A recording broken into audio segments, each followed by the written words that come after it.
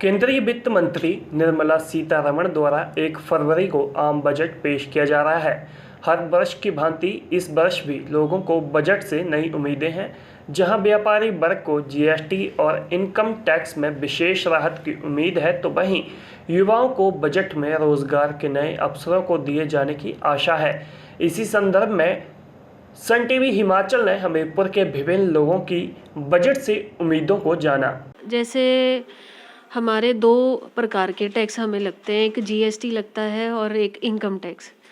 पिछले 2-3 सालों से जो मेरा अनुभव है और जो मैंने नोट किया है, कहने को है कि सिस्टम हमारा जिसको हम कहते हैं सरलीकरण हो रहा है, जबकि अगर मैं जीएसटी के पॉइंट ऑफ व्यू से भी देखूं तो इतने आए दिन इतने नोटिसेस निकल रहे हैं पार्टीज़ को और इतनी कॉम्प्लेक्सिटीज़ ये बढ़ा रहे हैं जीएसटी एक्ट के अंडर।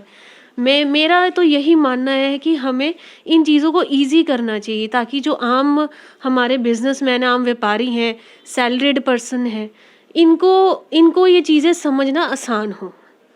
और इनकम टैक्स एक्ट का भी देखा जाए तो इन्होंने आए दिन उसको कॉम्प्लेक्स किया है। एक सिंपल आदमी पेंशन होल्डर अगर उसने अपनी रिटर्न भरनी है तो उसको 2 तरीकों से अनुमान लगाना है कि वो न्यू स्कीम में जाए कि ओल्ड स्कीम में जाए। सर, पेंशन होल्डर्स तो हमारे सीनियर सिटीज़न है, वो अगर इन चीज़ों में पढ़ेंगे तो वो और अपना इसको हम सरलीकरण नहीं बोलेंगे सर, इसको हम बोलेंगे कि हमारा जो एक्ट है, हमारा जो लॉ है, वो इस वक्त मुश्किल हो रहा है इजी होने की बजाय।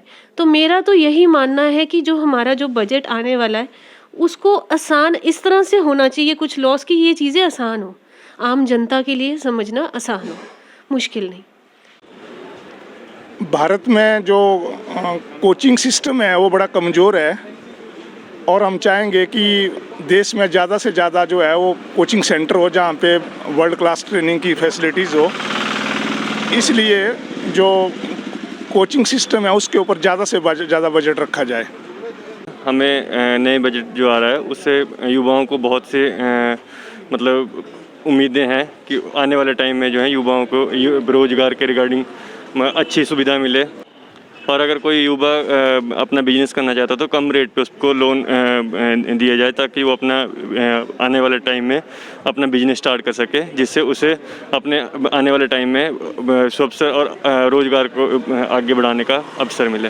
वित्त मंत्री जो नया बजट पास करने जा रहे हैं उस पर हमारे को बहुत ही उम्मीदें हैं और जो हमारे इलेक्ट्रॉनिक्स गुड्स के रिगार्डिंग भी हमारे को जो इस समय कोरोना काल में बहुत से दिक्कतें आई हैं, महसूस हुई हैं। जैसे कई कस्टमर्स को इसमें ऑनलाइन भी देख रहे हैं तो रेट प्राइस में भी डिफरेंस आ रहा है। जैसे कि हमारा जीएसटी में भी हमारे को और प्लस अपना इनकम टैक्स के रिगार्डिंग इन सब में छूट दी जानी चाहिए। व्यापारियों को इससे बहुत ही नुकसान हुआ है, कमर टूटी है कोरोना काल में, तो इससे कि हमारे को छूट दी जाए। तो जैसे कि अब बजट आने वाला है तो आप सबको ज्ञात है कि व्यापारी वर्ग पिछले 2 साल से कोरोना काल में कितना प्रभावित हुआ है और उनका कितना नुकसान हुआ है। तो हमें सरकार से बहुत होप है कि आने वाला बजट हमारे पक्ष में होगा और हमें बहुत सी राहतें देने वाला होगा। से पीछे भी हमने वित्त मंत्री जी को एक प्रधानमंत्री और वित्त मंत्री को लेटर लिख के अवगत कराया था कि जो हमारा टैक्स है वो 5 से 12% हो रहा था, तो वो हमने इनको लिखित में अवगत कराया है कि इस टाइम हम मंदी की मार में हैं, तो हमारा टैक्स जो है 5 से 12 बिल्कुल भी ना किया जाए। और इनकम टैक्स में भी कुछ छूट की व्यापारी वर्ग की इच्छा रखता है। तो देखो अब वित्त मंत्री हमारी कितनी सुनते हैं और क्या राहत देते हैं।